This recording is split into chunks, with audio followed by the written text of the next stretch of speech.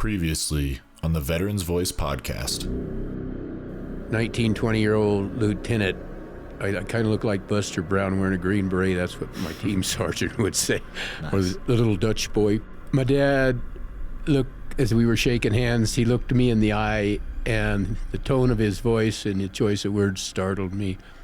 He said to me, "John, if you want to live through this, you better find some good sergeants and listen to them." That proved accurate. Absolutely. Beyond a shadow of a doubt. We'd carry up to 30 of those 18-round magazines. Hopefully is enough ammo. One of the reasons was if you had close air support coming in, the only way for the NVA to survive that was get to you, because you had danger close. Mm-hmm. So they were coming in, and you had to put the ammo out there. With 20-round magazines, we didn't have enough 20-round magazine ammo pouches.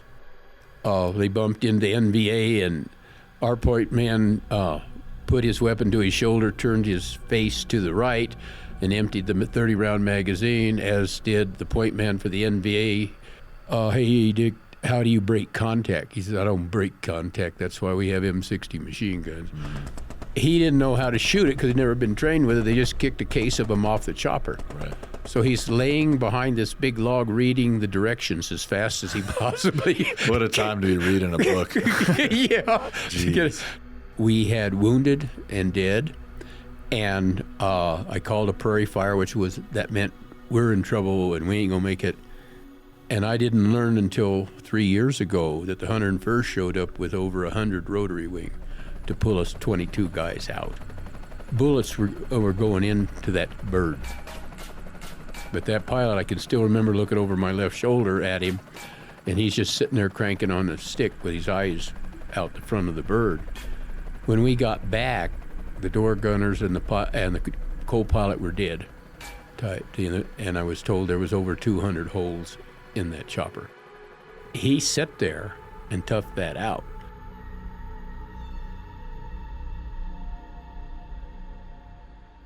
Yeah, what can I say? In fact, I took some classes from our suicide prevention agency in Woodland Park, there, Taylor County and El Paso County, where they teach us what to say when you get the phone call. Yeah. It's hard, sir. Part of it is lecture. Part of it is role play your final. It's not really an exam, your final event. Mm-hmm. You role play. And the instructor plays the part of the vet that's made the call. Right. And I'm sitting here proving how gabby I am. Okay, I couldn't think of a word to say. Absolutely. It's tough, but what I wanted, and I got it, because I had to go 3 times, but I got it.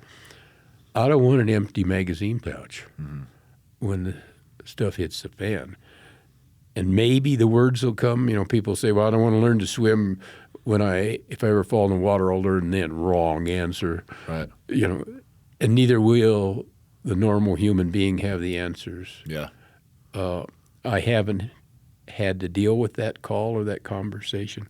Yeah. But at least I want to be ready, and I have a little card in my billfold in case I forget the words. Yeah, absolutely. I've gotten, unfortunately, that call a couple times as a medic, and I didn't really know what to say either. Yeah. One of the phone calls is resonating with me. It was a good friend of mine, and I didn't know what to say, so I just kind of started a casual conversation that had nothing to do with what he was talking about. I think it was around Super Bowl time 2 years ago, and so I started talking about football. He was, crying. He was in the moment, and I was just like, "Hey, man, were you watching the football game today?" Like, just something very random. And I was like, "I'm going to come over. We're going to finish watching the game, and we're just going to chat." So I feel like in that moment, when a soldier's suicidal, they forget about everything else. And they're just so hyper-focused and looking through these little goggles on this one thing that's making them feel that way. Mm-hmm. So you really just have to open their eyes back up to the beauty of life. Yep, but there is something there to live for. Absolutely. That's exactly in the format they gave us. Mm-hmm. Yeah, good for you. And God bless you for doing that. You saved a life. That's what medics do. I do have one comment on medics, in combat. Yeah. One of the medics every mission I went off on, somehow the medic got hit. Yeah. And E8 that was running the medic section was getting very tired of me, type of a thing. And I was like, wasn't my fault, Sergeant. I mean, the enemy looks for the medics. Absolutely. Yep, they do. So, because his dedication to his duty was so strong, I had the rule until the bullets quit flying, you're a fighting soldier. Right. And you're shooting. Yep. And you do not go out there and get them. We're going to go out there and get them when the gunners get ready with their M60s, okay, at the appropriate time. Well, that all made sense till the first time we got hit. And he had to go. I had to have the other American hold him down to keep him from going out. Right. And I can't tell you how low the morale goes when the medic gets hit. Absolutely. So I'm being selfish, but I got to take care of the platoon. The other rule we had, and this is going to be very controversial, I'm sure, is if you're out there and you get hit, don't scream for help in the middle of the fight. They're waiting to shoot whoever comes out there. Absolutely. We do the same thing. Yeah, absolutely. Absolutely. Man up, soldier up, grit your teeth, and all that's lieutenant leader talk. And I actually never had to face it. But I didn't want to lose control and everybody rush out there hodgepodge because, they whacked us. Yeah. Now they're just shooting fish in a barrel. Yeah, and they're planning to do that. We do too. Yep. Type of thing.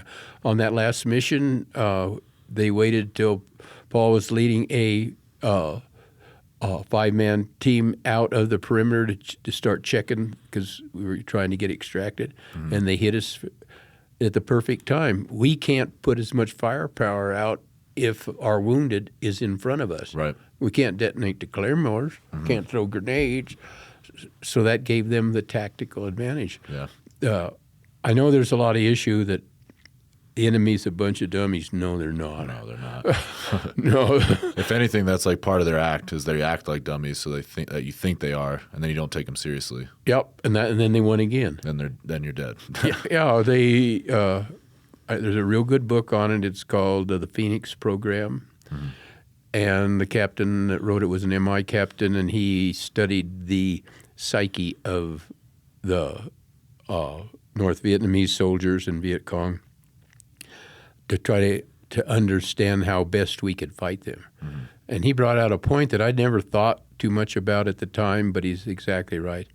They walked all the way down from North Vietnam through the jungle, okay, with our Air Force bombing them, the MACV-SOG guys ambushing them and messing with them.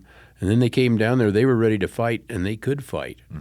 You're not fighting some sissy. No. Not at all. That is a dedicated fighting soldier. Now, maybe we don't agree with his philosophy or his politics or his religion or something like that on an academic level, but you take them for granted. Absolutely. At least in that kind of war, they're going to get you in the guerrilla warfare that we were in. We were actually, Special Forces units were trained to train others to do what the NVA was doing. So the thought was, if you know that side of the coin, the other side of the coin is we called it counterinsurgency, is what at that time we called it. And it worked somewhat. But my goodness, you do not give them the advantage of thinking they're a sissy or they don't know what they're doing. Or they know. Yeah. I'm sure you experienced that too. My goodness. Yeah. So. Yeah, Afghanistan, it was kind of the same principle because we took them for granted. These guys are just running around in robes with AK-47s, no water, no food. But, I mean, I'd see some of the bodies after some of, like, the missions, and their feet are, like, just a callus. It's like they're wearing shoes, but they're barefoot. So those are some tough dudes. They're running around the desert barefoot with a gun and, like, a half-full bottle of water. And they're just crushing it. And our guys loaded down so much, he's staggering the weight so heavy. And there's something to look at that and think about that. I argued that a couple times in a couple pre-mission briefs. I was like, you think we're too heavy? Like, do you think we maybe need to just strip it down a little bit so we can move? We were constantly at that, but we didn't have instant firepower to help us. If you wasn't on your back, you didn't have it. Right. But we still look forward to emptying out a few magazines. Yeah, for sure. We'd cut our toothbrush in half to cut weight. What a silly thing that was, but made us think we were doing something. Yeah, what do they always say? Ounces equal pounds, pounds equals pain. Yeah, yeah. Well, and also in the jungle environment, I had to respond one time in a brief back to a field grade officer who was down from a higher command. Lieutenant Bartlett, you only plan on moving 1,200 meters that day. Well, in the jungle, and they're all around you, that's a long walk. Yeah. And that's what I didn't use that tone of voice, but I said, sir, that's about all we can do. If we look at the other after action reports, can't move any further type thing. And I know nothing about the desert situations there, but I guess I know that you did had wheeled vehicles and you had air support. Yeah, for sure. Type thing. We were a little spoiled in that aspect. Yeah. Here, I want to touch a little bit more on your time in Vietnam, and then we'll go into maybe some like life lesson stuff like we were talking about earlier. So MACV-SOG was created January 24, 1964, and I want to read you their mission statement, and then I want to kind of hear. I don't think I ever heard it. Well, I just looked it up before this interview. It's pretty interesting, but I want to hear your interpretation of this and how you guys were actually doing it. Okay. So MACV-SOG's mission statement when they came out was execute an intensified program of harassment, diversion, political pressure, the capture of prisoners, physical destruction, acquisition of intelligence, generation of propaganda, and diversion of resources against the Democratic Republic of Vietnam. So that's like the political definition of MACV-SOG, I'm sure. Okay. Yes, and I think we carried that out. Okay. There were a lot of compartmentalization. For instance, the political part and the propaganda part, we played a minor role. We had, I'm not so sure about the recon teams, but as a platoon, we carried, if I could remember the code name, I will tell you. We had little transistor radios about the size of maybe 4 inches by 6 inches, an inch or two wide. And they only had one station for propaganda, and we'd leave those. We left pamphlets. We left counterfeit money. We left AK rounds that were loaded with C4 instead of powder, casualty producing. We left mortar rounds that were type thing. What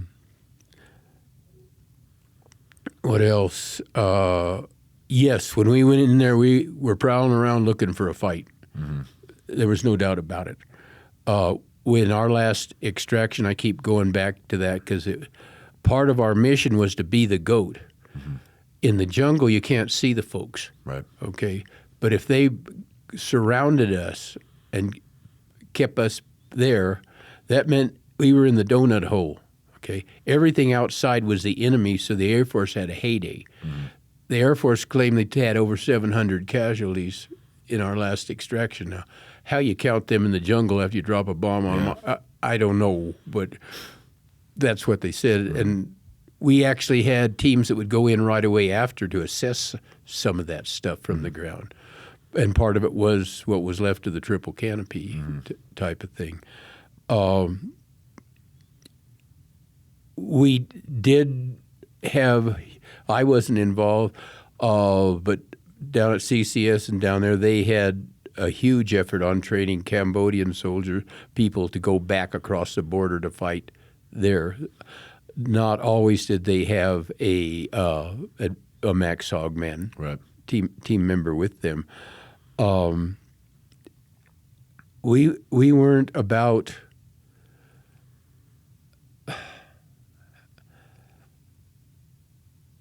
I guess our idea of the famous phrase was win their hearts and minds. Yeah. We were about, we're going to help you win this war We're going to stop communism here, and we're going to fight to do it. And it wasn't like, how to say this, we weren't a bunch of murderers going out type of a deal. Right. We were a bunch of fighting soldiers attacking a target, and there's a difference. With a purpose. Yep. Did we drop bombs and air power and stuff on different villages? Yeah, we did. I did. But that was after confirmation that this was a stronghold. Right. Now, a lot of times, did a team go in there and verify that? Yes. Did they have other intelligence ways to gather it, photos and things? Yes, type of a deal. Did we make mistakes? Probably. You know, you can't, when you drop, you know what air power does. Yeah, for sure. There's gray area. Yeah, gray area. And that's something we need to do more with our younger soldiers, is prepare them for living with the killing that they did. Right. And it's out there and we can do it, but we need a concentrated effort. And I still think the best effort is veterans and combat experience, active duty, to talk real talk to these young people. If you think about it, they get in trouble at school or church or anywhere else if they just get in a fist fight. Yeah. And then all of a sudden, here's a pretty uniform and a gun or an airplane and drop bombs type thing. Did I answer your question about the mission? Yeah, I appreciate it. I actually had a very recent realization about what you just said, like why I joined the military and how I ended up doing what I was doing. So I grew up in New Jersey, but I have my father's side of the family out in Iowa. So I have a cousin and a bunch of his friends. We would just always go out into the farm fields and mess around with like pellet guns and things like that. Like we were playing Army. Like it was fun. Yep. And so, you know, I was not a good student in high school, so I ended up joining the military. Yep. A Marine recruiter actually approached me in high school, and that's how the ball started rolling. Long story short, I ended up joining the Army instead of the Marines. And I was still just kind of playing Army. Like I had this very immature outlook on like what war was, what military was. I just kind of thought it was cool because that's what I was doing when I was a little kid. Yep. And then I'm on a deployment, and even like all during training, like I'm practicing, you know, I was EOD, so bomb and IED stuff. We're practicing shooting. We're getting our trucks ready. It all just still kind of felt like pretend. Like this was still all just fun and cool to me. Like, wow, look at all these guns. And it wasn't until I was in the heat of the moment and I saw my first body in Afghanistan and I realized that this was not the farmland in Iowa anymore. Yeah, it's not a game. There's people trying to kill you here and they will stop at nothing to do it. Did you ever have a moment like that when you were like, this is real? Almost the same story. Right. Grew up wanting to be, I never wanted to be anything but a soldier. Same thing, that some of that was modified with cowboys and Indians at that time. And there wasn't, this sounds so harsh, there wasn't any Indians in Vietnam or Laos, so we fought the communists, you know. And I know that sounds so harsh, and please forgive me, Native American Indian people. Right. But that's how we were raised. There's nothing more stunning than to see your first body. That comes in second place when you see your own blood and the shooting. That's an eye-opener too. Right. It really is. That's when we grow up, and that's when we start being more the mature male. There's a veteran help foundation, the Mighty Oaks Foundation, and I want to plug them. I went to their training last spring. They are very realistic about that very point. They're peer guided. You'll be in small groups, and your guided lead person there is a combat battle veteran type deal. They are faith-based. They deal in small groups, and they help active duty and veterans of all ages deal with PTSD, deal with divorce, deal with coming home, getting a career started. The stuff they give you is hands-on, ready right now, how to, like the Army training was that I went through. You have your manuals, read the manual, understand that. Now we're going to do it. We're going to put hands on it, like the knot tying. Mm-hmm. Some days you got to pick up the rope, and tie the knot. They specifically address the point that you brought out, type of deal. I can't say enough good about them. It is cost-free to the veterans, but like everything else, you stand in line. Right. The other goodness about having peer-driven, they know when people are bullshitting or lying. Right. Pardon me again. It's okay.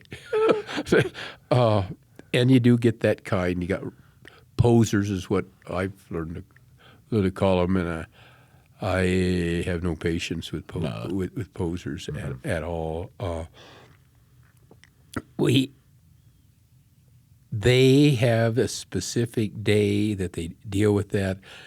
Here's what it is to be a man, and it's faith-based, and they'll show you the scriptures. You can make your own mind up about it.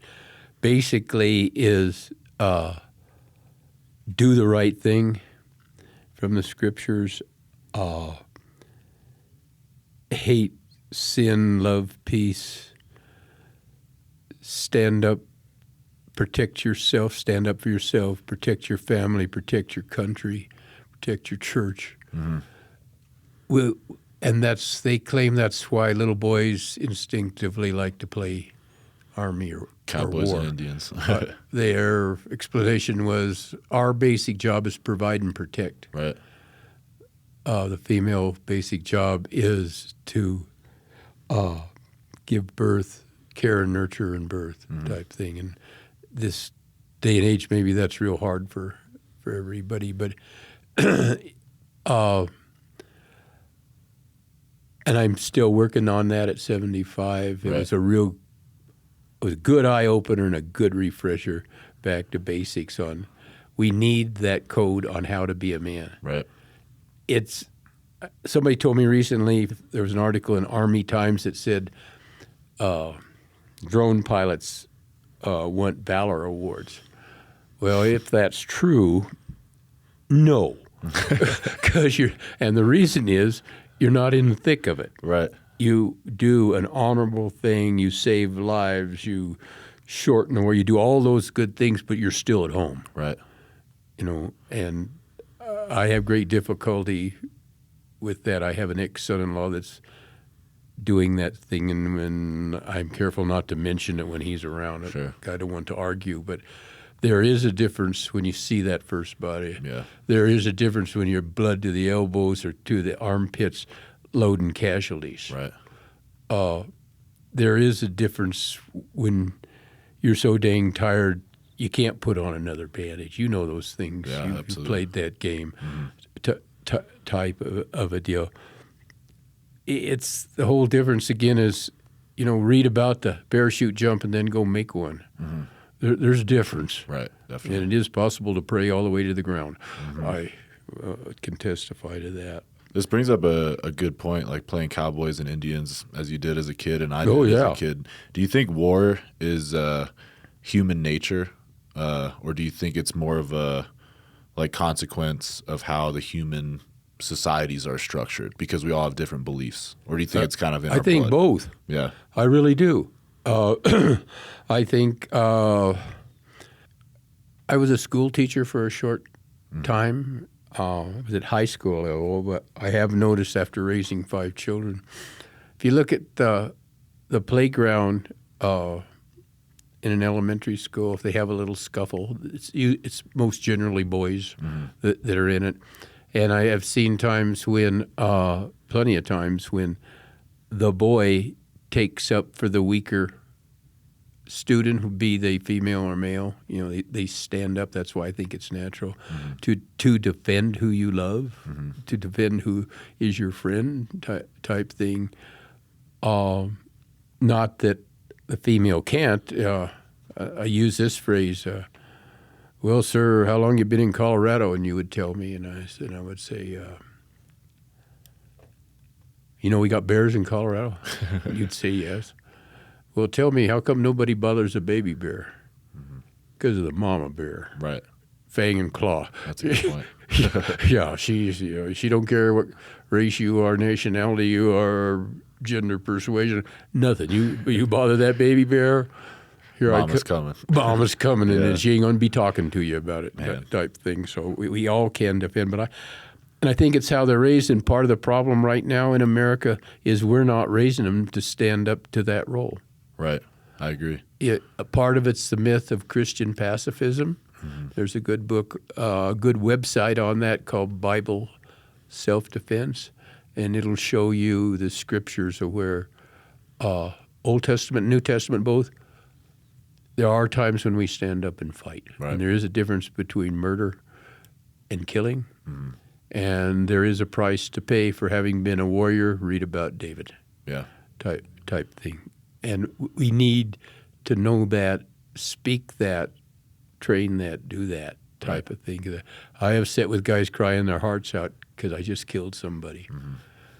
Well, thank you. You stopped them from killing us. I totally, but sometimes that's not good enough right then. Yeah. I think everyone has a good heart deep down, but it's when you start to deal with someone's varying beliefs, maybe they're different than yours, that's when it gets sticky, and you're going to put that good heart aside to defend yourself. Yes, you have to, and it helps to know that you're doing the right thing. Mm-hmm.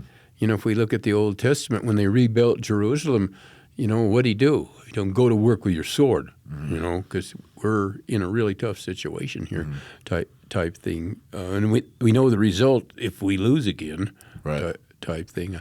And I don't think we put truth in our history classes. How come they don't study at college Cambodia? In Cambodia, they killed more innocent people than Stalin and Hitler put together. Mm. Well, is that okay? No, it's not okay. Well, they want to live their kind of life. It's okay if you don't hurt other people or much less kill them. Right. Type by the thousands and millions. Type. I can't even remember the numbers, but it's way over the total casualty. And Stalin and Hitler worked pretty hard at that very game type thing. Our special forces teams did train Cambodians to go back and fight for their people and their country. To us, our age group of special forces soldiers, and especially MACV-SOG soldiers, it was an honor to do that. Right. It was a source of confusion and almost shame to not go with them. Mm-hmm. They need us because we have the radio handset. With the greatest weapon in the world was that radio, because it brought the American Air Force and Rotary Wing Army to come help us, type thing. We need a more realistic view, not pie in the sky thing.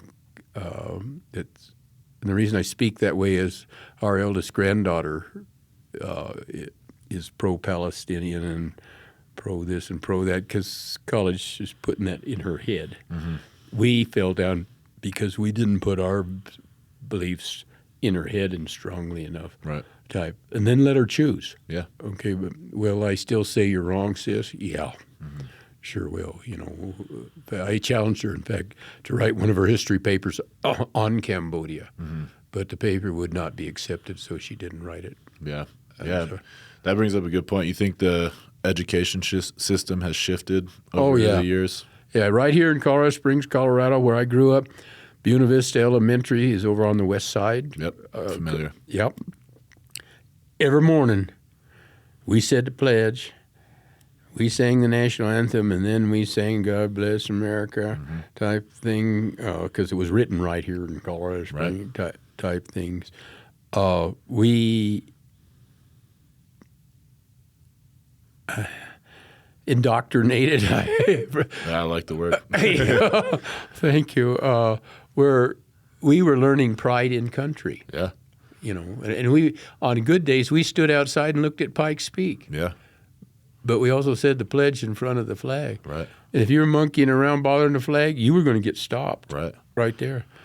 And in our family, if the teacher called home and said the boys were bad, my dad's theory was, that's wrong. We don't allow that, and you're guilty till proven innocent. We don't have trials around here. Right. And we would get a spanking, or at least a hard talking to. He would not tolerate insubordination or rudeness to a teacher. Right.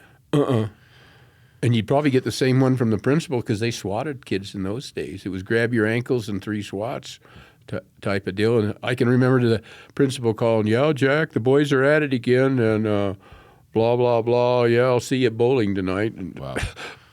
The support was there. We did not assume the teachers were wrong. Right. They were revered members of our community type of thing. Same as the pastors. They were respected for their position and stuff. Again, we didn't go to church a lot type thing. So what do you think's changing? My sister's a 2nd grade teacher, and she tells me horror stories about her children, throwing textbooks at her, ripping up their homework. Yeah. And she's blamed for it. Yeah. So what do you think's happening? And she's not, I'm not there, so it's a little difficult to speak. In my mind, she is not guilty. That behavior is wrong. Yeah, absolutely. That means there's a parental issue at home type of a deal. And bless her for hanging in there. I couldn't imagine what would happen to us if we did that to a teacher. Right. You could expect some type of punishment from the principal, my mom, and Dad when Dad got home from work. And only time I heard Dad criticize our elementary education is in gym. We learned how to square dance and some other kind of folk type dancing. He thought that's okay on a snow day to keep you busy. Otherwise, you need to be outside and team sports. Right. That kind of thing. I see it as deterioration and more concern about self than others. The Scouts, I think it's Boy Scouts, have a saying, "A boy is the only material we have from which to make a man." Okay, to make a man is not subjective to comfort or whim or personal concern. It needs to come from somewhere greater than ourselves. It needs to come from the Bible. It needs to come from the Declaration, the Constitution, and its amendments, the Bill of Rights. That because it was made with a good reason, and it's proven itself.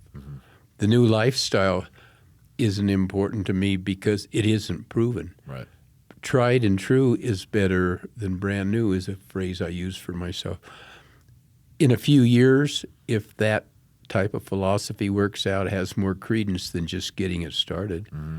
What did the 60s do when we burned down Detroit? Oh, we just waited till recently, a couple of years ago, and burned it down again. Yeah. Well, to me, that's still wrong, and those who perpetuate it are wrong. Right. Type deal. Communism doesn't work. Right. Look the world over. I mean, or leave. Right. I wish we had a fund of public money where where you're leaving and we're taking your citizenship and you're not welcome home. I mean, well, it's my type of freedom. Freedom has responsibilities. Doesn't free us from responsibility and we can burn down the neighborhood. No, that's wrong. Yeah, you said something interesting I want to hit on. A boy is the only material we have to raise a man, but who's even raising the boy nowadays? Because my sister, the teacher, says that they can't get them off of their cell phones or devices, and the parents can't get them off of their cell phones or devices when they're at home. So now school, home, these kids are just on their cell phones all day. Maybe the phones are raising our future generations. We, too, face that watching grandchildren being raised. In fact, as we speak, my wife is with one of the granddaughters because she called and said she's going to quit her high school. And the reason is her friends told her to. Yes, it's what actually needs to happen is the addiction to electronic media, I guess it's called, whatever you call a cell phone and a computer, is an option and a privilege, not a right. Absolutely. Type thing. And have got in arguments with the raisers that are raising the grandchildren. No, who put them in charge of the family?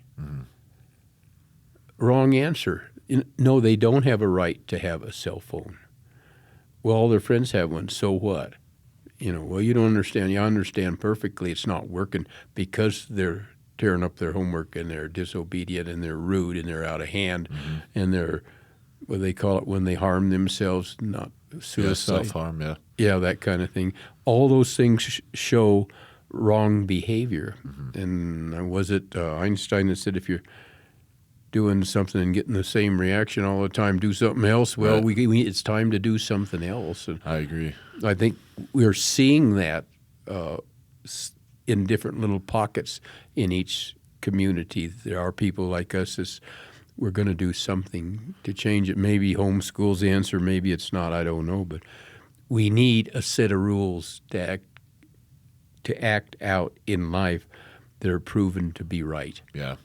That's where we're stuck. It's like the more we develop technologically, that's the more humanity kind of falls. Would you agree? Well, it does. You've seen it a lot more than I have. I mean, I've always had a cell phone, essentially. But yeah, we had one dial phone. Right. And it was don't talk too long because it costs money. Yeah. Okay. If the phone rang from a relative or a friend, there was a sizable percentage of time is they needed to talk or they needed some help at some level about something. And Dad and Mom did all the talking. Right. We talked to grandpas and uncles and that kind of thing. And if us kids were seldom on the phone, I remember getting in high school and wanting more phone time. And Dad was, what's your grade point average and that kind of thing. And how come you don't have a part-time job? Right. Type thing. And he didn't mind saying no. That's good. Yeah. And if you snuck around, you got punished twice. Right. Once for doing what you're told not to do, and once for being sneaky. Right.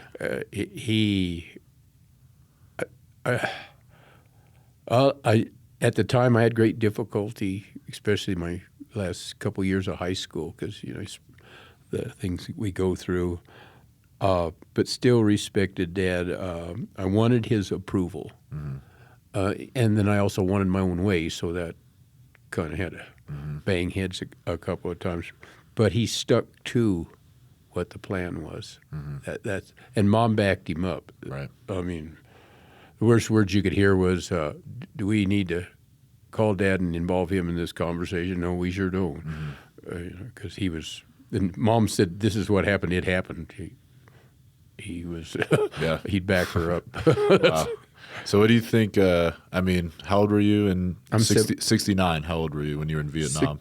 That made me 19 and 20. So you were 19 and 20 fighting with MACV-SOG in Vietnam. Yeah, sir. And now, one of the youngest ones there. Yeah, absolutely. Now we got 19, 20-year-olds, addicted to their cell phone, can't take no for an answer. What do you think the future looks like? Dim at best. But I still see hope because there are those pockets of communities. Yeah, they are, evangelicals. They have a Christian base. There's other groups out there that are saying, no, this is wrong, and we're going to start fixing it. That's bottom up. In my mind, it's not coming top down because we don't have good leaders, highest level down.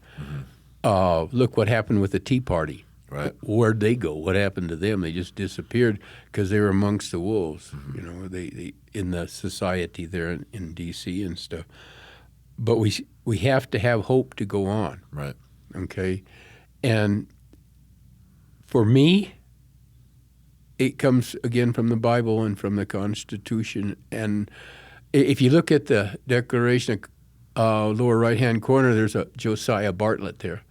And we don't know if we're directly related to him. Wow. We haven't done the DNA tests because my wife has great difficulties with all the things they do after you spit in the cup or whatever you do. But he did marry one of the girls in our direct line. Right. And I know it's a source of amusement, marrying your own cousin type issues, but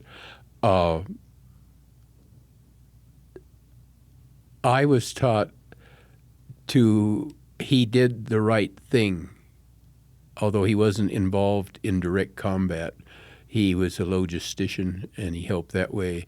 I believe he signed both the Constitution and the Declaration. He had that type of level of leadership.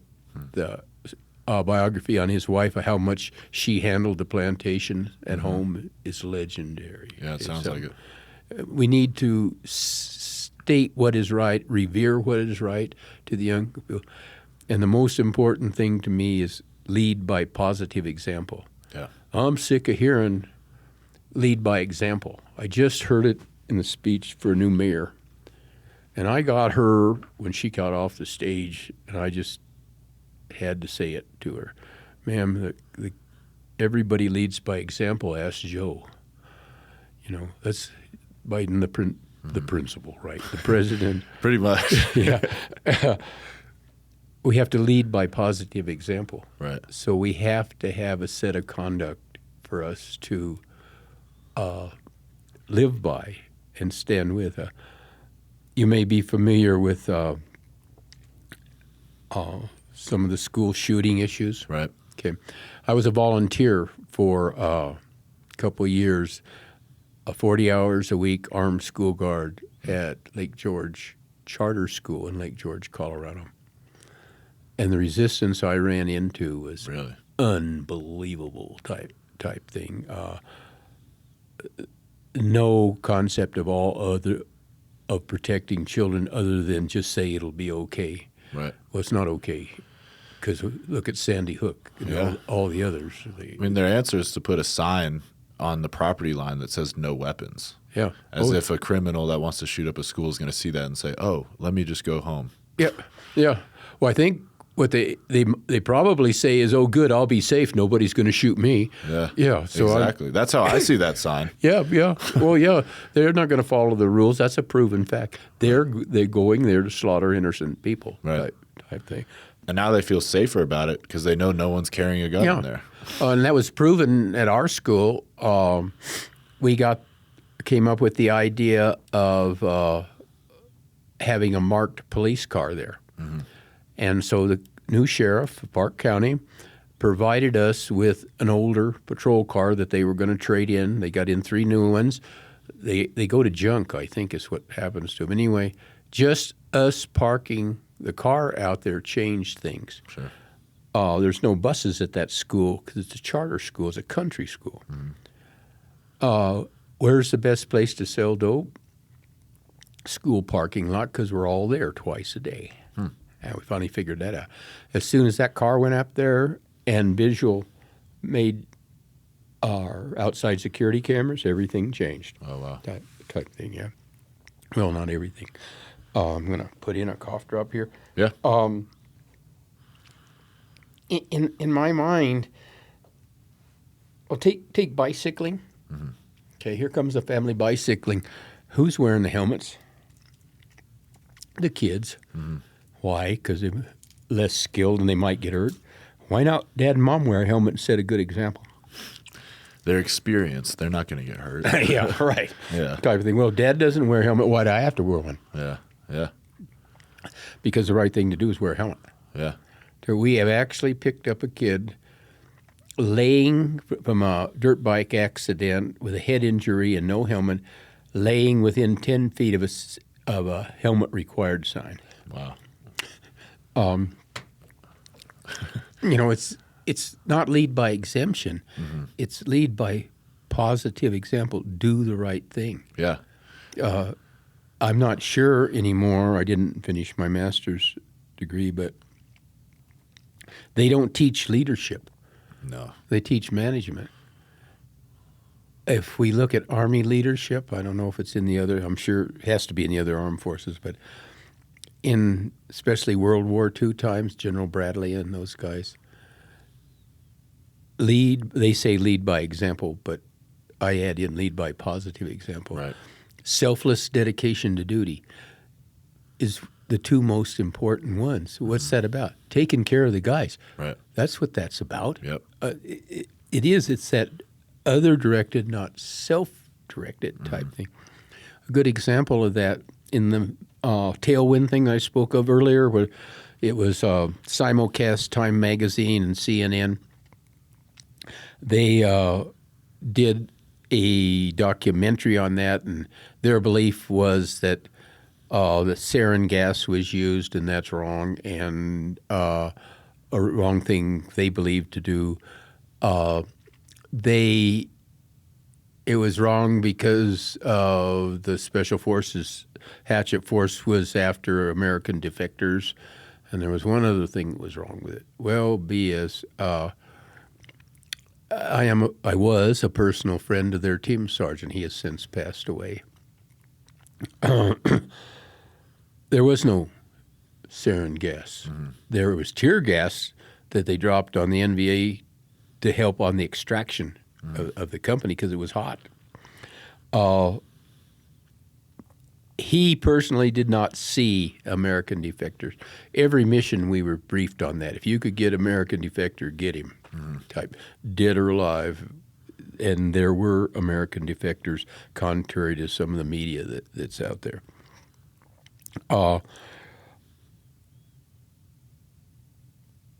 My thought is when that documentary came up, he and his wife had to leave their home in the state they were living in because of the stalking of the media type thing. She couldn't even go to the hairdresser without him harassing her.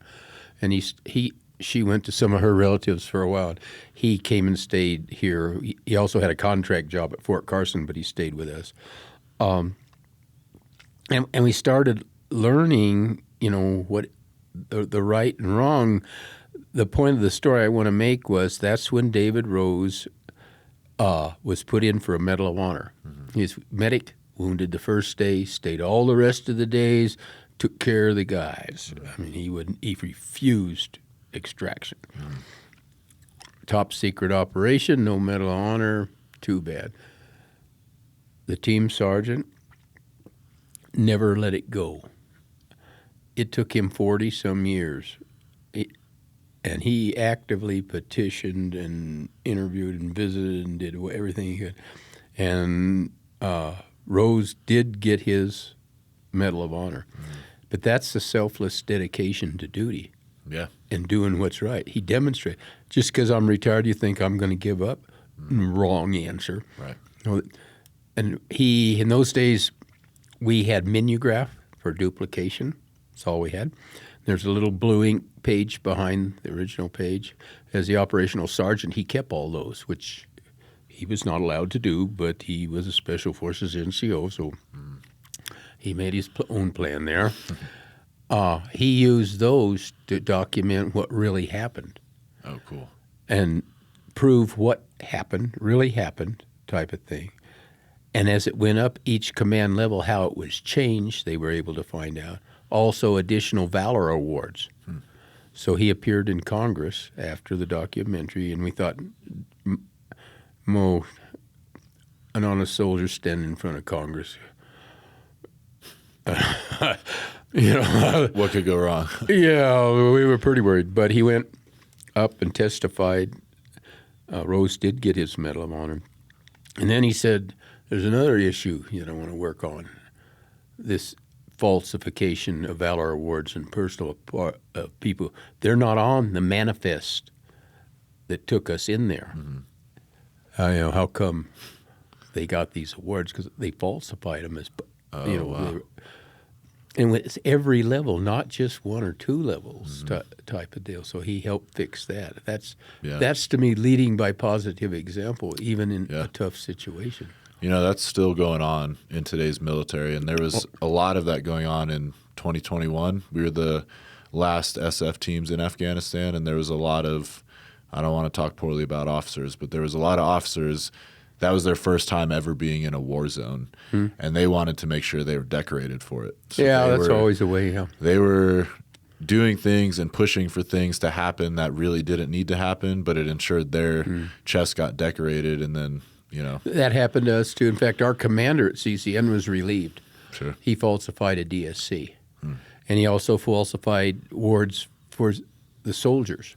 When he got there, one of the biggest gripes was no awards for career enhancement later on in our careers if we survive this. Okay, so then he would have false awards written up and approved type of a deal. So I guess his thought was, well, if I got false awards approved for all the guys or a lot of the guys, how about I get one for me? Right. Well, the A&D clerk kept the copies, and after he got out of the Army, he turned them in. That colonel was forced retirement out of the Army.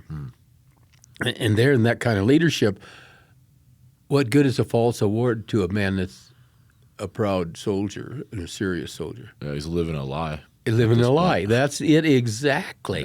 Yeah. A lot of us threw our awards away. You know, as a second lieutenant and a first lieutenant, I didn't have the guts to argue with a colonel. Right. So say nothing, throw it away, forget about it, you know, and know you have some friends that understand. Right. Type thing. Yeah. Type deal. It's always been that way, falsifying awards from what I can do. I have known veterans from World War I forward, just because of my age group and the time I was born. And that comment always comes up to it. When Dad's ship went down, okay, he was the only enlisted man decorated.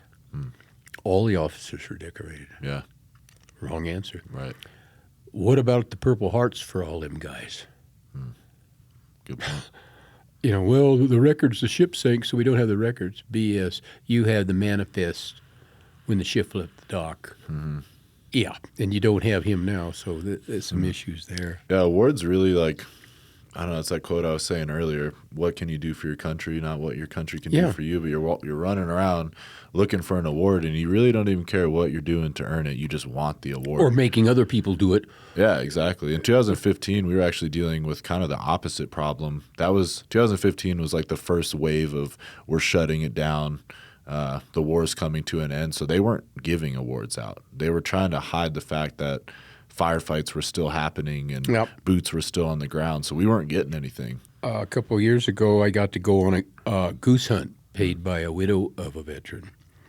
All expenses paid, 9 of us, all of them medics coming out of the 10th group. And we went on a goose hunt, and they talked. Had a great time, by the way.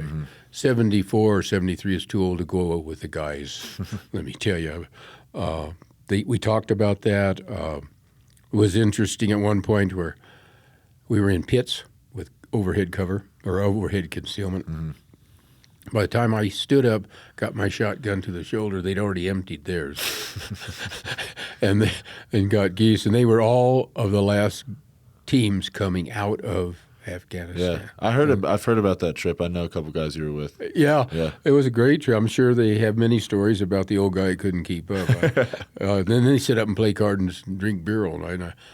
9 o'clock, I was in bed sleeping. You know, they can drink just as fast as they can shoot. Yeah, and get up red-eyed and bushy-tailed, ready to do it again. The third day, I was so glad to go home. I loved being with them, but I'd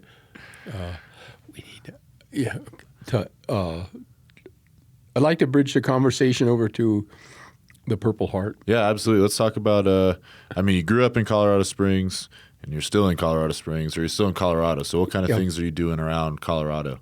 Okay. We both retired out of the city of Colorado Springs, and I inherited with one of my brothers 10 acres and a 2-bedroom cabin about 2 miles out of Florissant, Colorado. And so come to agreement with my brother, bought him out and hit retirement with a small mortgage. If you can hit retirement without a mortgage, it'll make your retirement a lot better, believe me. So we were very blessed to have it. My wife grew up north of Divide, so mountain girl, that kind of thing. Not real active in veteran associations. The Special Forces one is here in Colorado Springs, meets in Fountain, and that's a 40-mile drive at night for the meeting, so just especially in the winter. Tough. But I hang out with veterans. I got an eye-opener from a retired Command Sergeant Major, Howie Massengale, and excuse me. He sent me a picture of a sign with a Purple Heart on it, and it was fascinating to me. And what it's about, I contacted the military order of the Purple Heart, which is a veteran fraternal organization. It's a public relations effort to educate America about the Purple Heart Medal. The Purple Heart Medal is given for those wounded in action or killed in action type of deal. It is not given, you fall down and break your leg, no Purple Heart. You got to bleed to get it. It was started by George Washington, considered a Valor Award, patch worn on your sleeve, approved by your commander type thing. They gave out several, and they even have in the Smithsonian's, some of the families have turned in that original patch for all of us. Oh, wow, that'd be cool to see. To see type of a thing. General MacArthur brought it back in the 30s type of thing. And it was still at that stage, you pretty much had to bleed to get it type of thing. I wish I could remember the numbers. They gave out bunches, World War I, World War II, Korea, Vietnam, Haiti, other battle experiences. But what got me started is I liked it, and I wear a bolo tie with the Purple Heart coin on it. I wear it so people will ask me questions. I call it, I chum them in. The idea was to talk to them about being a veteran, and if they needed help, guide them to the VA and or other agencies within the city or county to get the kind of professional help that they had earned. It's not a gift. They had earned it. It's not an entitlement. They earned it, and that's the important part for a lot of us. About that same time, by coincidence, I went to a coffee shop in Woodland Park, Colorado, and a young lady, the barista there, asked me about my bolo tie. I explained it to her, and she said, my husband has one in his drawer at home. He's active duty, Fort Carson. And I could see the wonderment in her face. And I hope I didn't start a family squabble or something. Part of that is him not explaining it to her. Right. And a lot of active duty and veterans do put them in the drawer and forget about them. I did for 14 or 15 years before I would bring it out. In my case, I lost more blood learning to shave than I did for my country. I had minor little shrapnel wounds in the butt, and much to the amusement of my sergeants that I worked for, they haven't forgot it over all these years.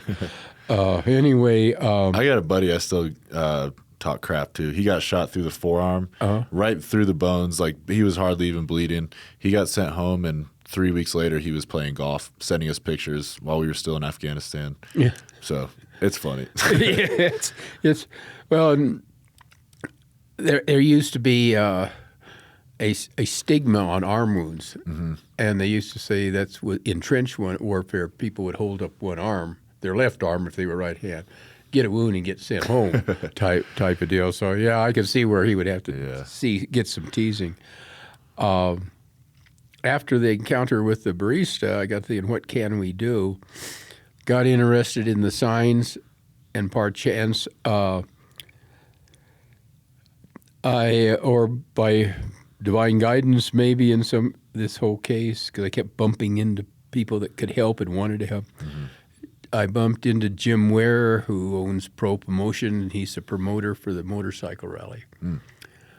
And I was trying to find something to do to help and mentioned the Purple Heart idea, and he jumped right on it. And he coached and mentored me through how to get it going. And we did get it going. The Military Order of the Purple Heart, people can find their webpage. You'll notice that to put up the Purple Heart sign, it's called the Purple Heart Trail. It's a mythical, imaginary trail marked only by the signs, and they are to be placed in an appropriate place that will honor the sign. For instance, at Memorial Park in Woodland, at Lions Park in Woodland. Okay, they are to draw attention so we can educate what the Purple Heart is about. It is the symbol that we have that mark the price we pay for the rights that we have and the lifestyle that we have. Plain and simple. That's a good way to put it. Jim got me going, and I got some coaching from the Military Order of Purple Heart person responsible for the program on national level. You have to get approval of the governing authority, the town council or the county commissioners, which we did. It's easy presentation. You just stand up in front of them and show them the Purple Heart sign and explain what you want to do, and they voted it through. In fact, it went through so fast in Woodland Park approval that in the hall outside their chambers, I had to ask the guard, was it approved or what? And he started laughing and said, yeah, he said they really got behind it. Right. 2 days ago, same event happened. It happened at the county level, let me say that fast. And then at the state level, 2 days ago, I was with a group. We wanted to have it on a state level also, to have put on state highway property. And since it's their property, they approve the signs. Oh, cool. And then they do the installation and maintenance. Our senator from our part of the state, Senator Baisley, did the protocol work, and they called for a roll call vote in the Senate chamber from the 30 members that were there. It's alphabetical. Each one stood up and said aye, meaning yes, and did a informal about face facing us because we were seated behind them, and then all 30 were standing, and we got a small round of applause and the traditional hand grabbing, back slapping, that kind of stuff. They even recessed for us, type of a thing, and both sides then of the Senate there are only, I think, 7 Republicans, rest Democrats, and of course there's some friction there always. But they all voted for us. So the signs will go up on Highway 67 and Highway 24 on the county boundary line and on the city boundary lines. Okay. There's 10 signs in Woodland Park, and 2 of those, one is with the school district, which we considered a great honor, that where the children could see the sign. It'll be right on the driveway where all the moms drop the kids off, pick them up twice a day. And with Cheris Bible College, we'll put it at their entrance type thing.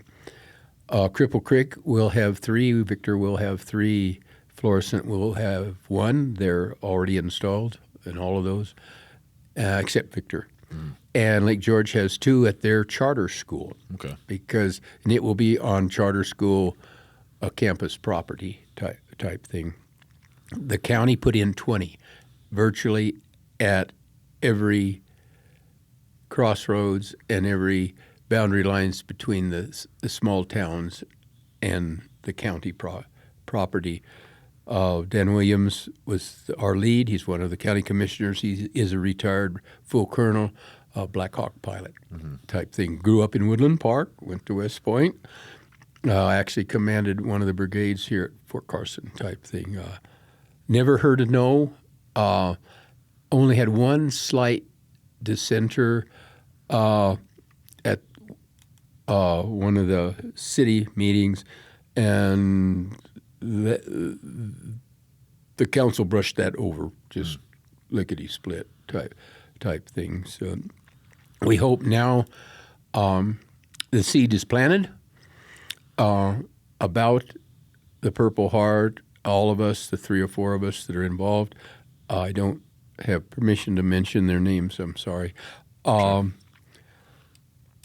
more than willing to appear at a group meeting, the Kiwanis, the Lions, and that kind of clubs, public, and speak about, or in public, or in a schoolroom, and speak about the Purple Heart. Yeah. That's really cool. I really like that vision you guys are creating, because like we've been talking about for 3 hours now, it's really important that as a country we don't forget what acts of selfless service did to gain traction as a country, as a free country. Well, and that's sign right. is a good way to do it. It is, and the young ones don't know. Right. Young being the elementary school that I spoke at, they wanted to know. One of the boys raised his hand and said, "My dad's a soldier at Fort Carson, and he has one of those in his underwear drawer. Well, that dad did the same thing that a lot of us did. We need to speak out, and the elders have either forgotten or gotten lackadaisical. Right. But we need to lead by positive example. The grandpas and the dads and the women, there are women Purple Heart recipients type thing. There's a great story about Colorado Springs, in the neighborhood I grew up on the west side of Colorado Springs. Beth Michaels there was captain of nurses with 101st Airborne, and she was at Bastogne and had a hospital, and her hospital was going to be overrun by the German army. She was ordered to, and she did, load what patients she could and her nurses, and stayed behind at that hospital by herself. Wow. She stood, and she said, in front of the hospital as they left. And when the Germans came through, she was standing there. She was slightly wounded in the hand by shrapnel. The German colonel in charge said she wouldn't be harmed and placed appropriate guards for the time they were there.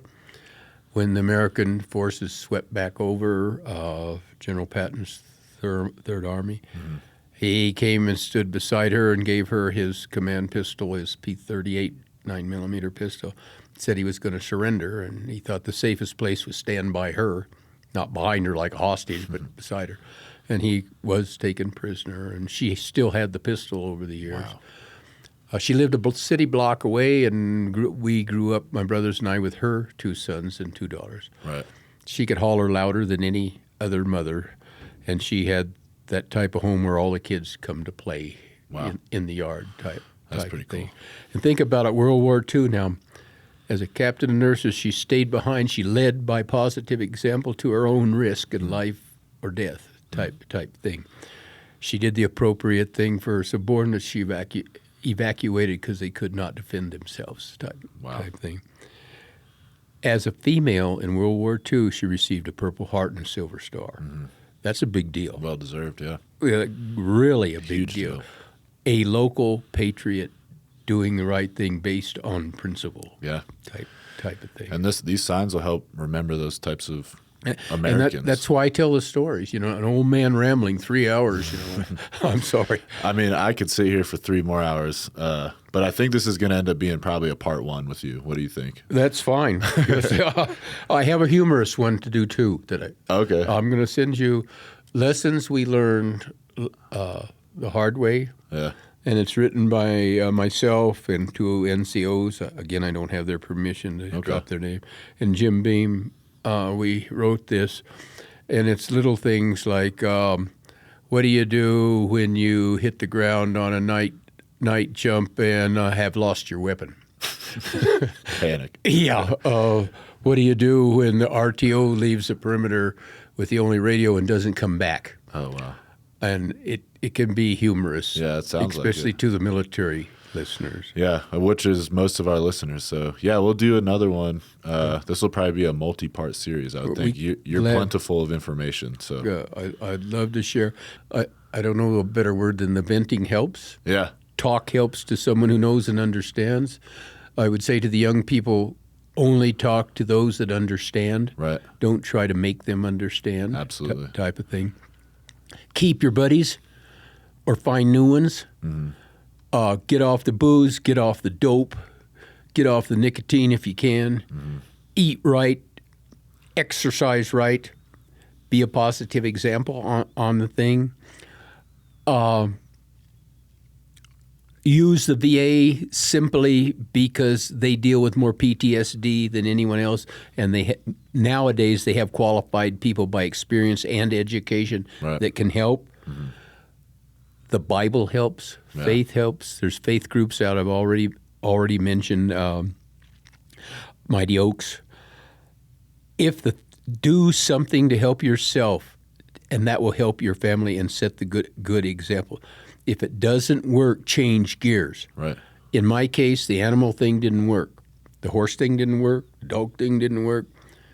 I hate to say it, but pets and animals are like people better. Okay. Type of deal. Yeah. Even if you got to sit with the hippies in the circles and beat on a drum or something. Yeah. give it a try. If it helps you, stick with it. Absolutely. When it quits helping you, change gears. Bail out. 4 questions to ask yourself. What is this about? Is this sincere and honest? Okay. How can I use it to help myself? How can I use it to help my family? How can I use it and friends? How can I use it to help my country? I got that from a self-help group years ago and modified it a little bit. I did not think it up. I like that. You make it all sound so easy, John. It's not. Thank you for saying that. It never ends. It's a marathon, not a dash. Yeah. It's an everyday get up and do it. It's like a road march, the last half. Yeah. The only way you're going to make it is put one boot in front of the other. Right. A lot of times it's not fun and it's not easy. Mm-hmm. If you love your family, you got to do it right. Yeah. And again, get yourself in the condition where you can do it right. Mm-hmm. Have some friends to support. Mm-hmm. Be there for the friends. Hold up your end of the perimeter. And you take your turn walking point. Yeah. Because everybody does type thing. And if the friends aren't appropriate and helpful, get away from them. That's what you would tell your teenage kids. So do it yourself. Yeah, absolutely. Well, this episode, we kind of covered everything. Your childhood, Vietnam, after the military, words of wisdom. I think maybe part 2, we could do like just your time in Vietnam, and then maybe a part 3, just the words of wisdom, life lessons type. Mm-hmm. We'll see what our listeners think, but yeah. And do it here. Absolutely. Okay. Yeah, we don't need Zoom meetings anyway. But thank you. All right, John. Yeah, I appreciate you being on the Veterans Voice podcast. It was an honor to interview you, and we'll definitely have you on again soon. Thank you. It was an honor on my end, too.